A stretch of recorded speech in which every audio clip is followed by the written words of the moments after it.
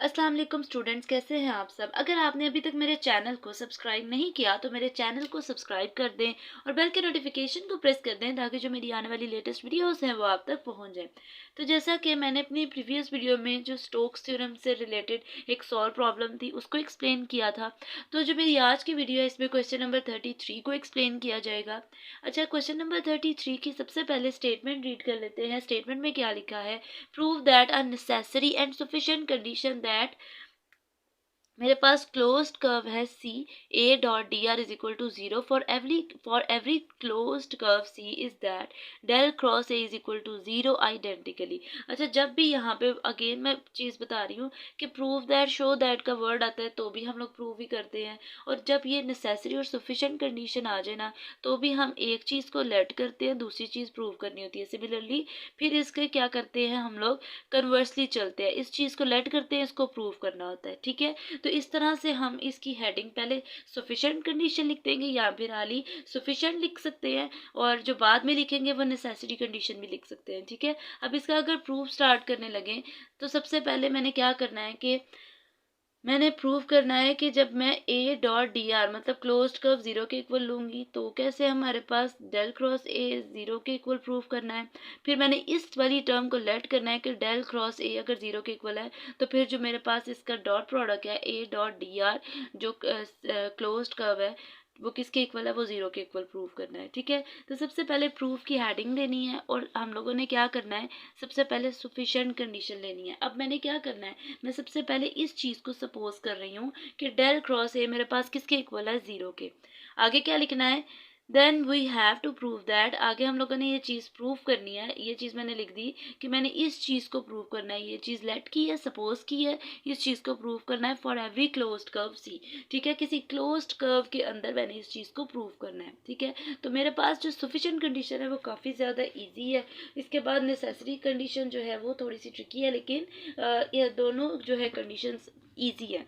Next मैंने क्या करना है, लिखना है स्टेटमेंट की फॉर्म में देन बाय स्टोक्स थ्योरम का फार्मूला लिख देना है। ये तो हम लोगों को जो है वो आता है, हम लोगों ने इसको लर्न किया है।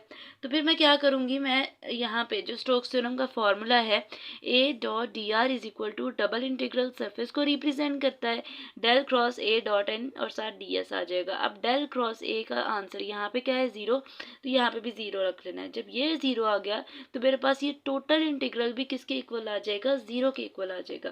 तो ये देखिए नेक्स्ट पेज पे जब वो जीरो है तो मेरे पास ये टोटल जो सरफेस है वो भी जीरो हो जाएगा। तो जो मेरे पास closed curve A dot D R है वो किसके इक्वल आ गई, जीरो के इक्वल आ गई है।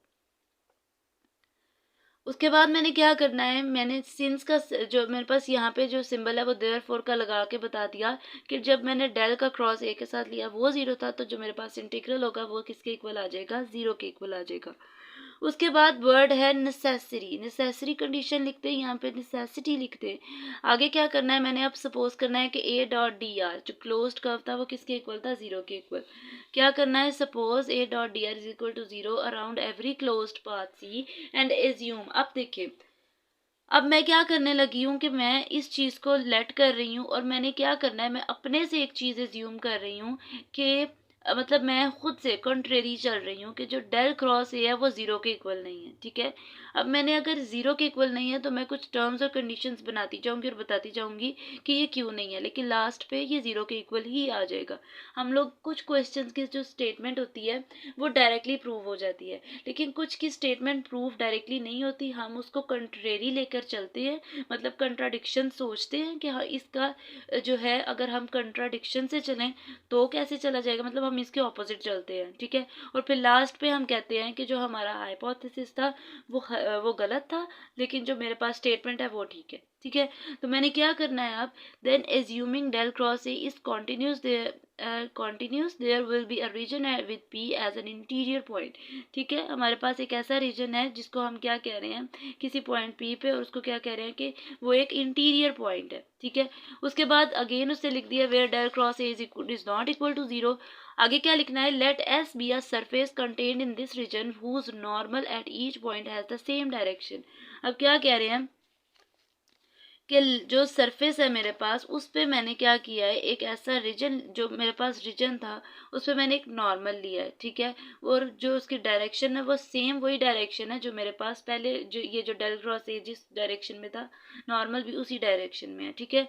तो मैंने क्या करना है, डेल क्रॉस ए किसके इक्वल रख देना है, अल्फा एन कैप के, ठीक है। और इसके आगे लिखा गया है where alpha is a positive constant, alpha किसी भी कांस्टेंट को रिप्रेजेंट कर रहा है, ठीक है। तो मैंने क्या किया, मैंने जब कहा कि ये नॉट इक्वल है जीरो के, तो वो कहता है कि जीरो के इक्वल नहीं है तो किसी और के इक्वल होगा। फिर मैंने क्या लिखा कि let S be a surface, S एक ऐसा सरफेस है जो कि हम लोगों को एक ऐसे रीजन पे मिल रहा है जिसका नॉर्मल जो है वो भी सेम उसी डायरेक्शन में जिस डायरेक्शन में ये वाला पॉइंट है, ठीक है। तो हम लोगों ने डेल क्रॉस ए किसके इक्वल रख दिया, अल्फा एन कैप के। और फिर वो क्या कह रहे हैं कि अल्फा एक पॉजिटिव कांस्टेंट है, उसके अलावा ये कुछ भी नहीं है, ठीक है। फिर हमने क्या करना है next, let S be the boundary of let C be the boundary of S then by Stokes theorem. अब मैंने क्या करना है, अगेन स्टोक्स थ्योरम लगाना है, ठीक है। और स्टोक्स थ्योरम लगाने के बाद डेल क्रॉस ए की जगह अल्फा एन कैप लिख देना है, एन डॉट आई, एन क्या हो जाएगा, अगेन 1 हो जाएगा, अल्फा बाहर चल जाएगा इस इंटीग्रल के। लेकिन यहाँ पे क्या है, ये ग्रेटर हो गया जीरो के, ठीक है। तो हम लोगों ने जो चीज़ प्रूव करनी थी वो क्या प्रूव करनी थी, कि मैं तो कह रही हूँ कि वो नॉट इक्वल है जीरो के, लेकिन यहाँ पे तो क्या हो गया, यहाँ पे वो जीरो से ग्रेटर आ रहा है। जाहिर सी बात है कि ये जीरो से भी कोई ना कोई बड़ी वैल्यू ही होगी ना। तो फिर आगे क्या लिखा है, विच कंट्राडिक्ट द हाइपोथेसिस, जो मैंने अपने से अज्यूम की थी चीज़ वो मेरी गलत हो गई है। और फिर वो क्या कह रहे हैं, that A dot D are किसके इक्वल है, जीरो के, एंड शोज दैट कि हम लोगों ने इस चीज़ को लेट किया था और जो मैंने चीज़ प्रूव की थी कि डेल क्रॉस ए जीरो के इक्वल नहीं है, तो वो मैं गलत सोच रही थी या गलत काम कर रही थी। तो मैंने अब उस चीज़ को कहा है कि ये कंट्राडिक्शन से अब मैंने मतलब ये काम मेरा नहीं ठीक, जो मैं एज्यूम किया हुआ था, जो मेरा हाइपोथेसिस था वो नहीं ठीक रहा। तो जो मेरे पास प्रूफ करता जो स्टेटमेंट है वही ठीक है। लास्ट में मैंने लिख दिया कि and shows that del cross A किसके इक्वल है, जीरो के इक्वल है, ठीक है।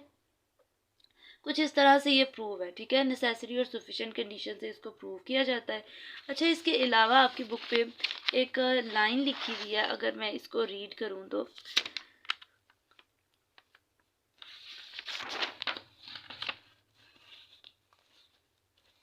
अच्छा क्या लाइन लिखी हुई है, it follows that del cross A is equal to zero is also necessary and sufficient condition for a line integral P1 से P2 A dot D R to be independent of the path joining points P1 and P2, see problem 10 and 11 chapter number 5। वो ये चीज़ बता रहे हैं कि ऐसा ही एक proof हम लोगों ने नेसेसरी और सफिशिएंट कंडीशन के साथ किया था, जिसमें मेरे पास डेल क्रॉस ए जीरो के इक्वल था। उसके अलावा जो प्रूफ करना था वो क्या था, कि हमने बताना था कि जो ए डॉट डी आर है उसके जो पॉइंट्स है P1 और P2 वो पाथ पे डिपेंड नहीं करते, ठीक है।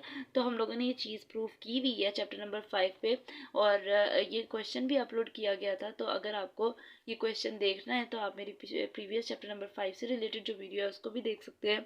तो ये थी जी आज की मेरी वीडियो। होपफुली आपको मेरी वीडियो अच्छी लगी होगी। अगर आपको मेरी वीडियो अच्छी लगे तो वीडियो को लाइक कर दें और सब्सक्राइब करना मत भूलिएगा। तो इंशाल्लाह जो नेक्स्ट वीडियो होगी वो क्वेश्चन नंबर 34 से रिलेटेड होगी। तो तब तक के लिए अल्लाह हाफिज़।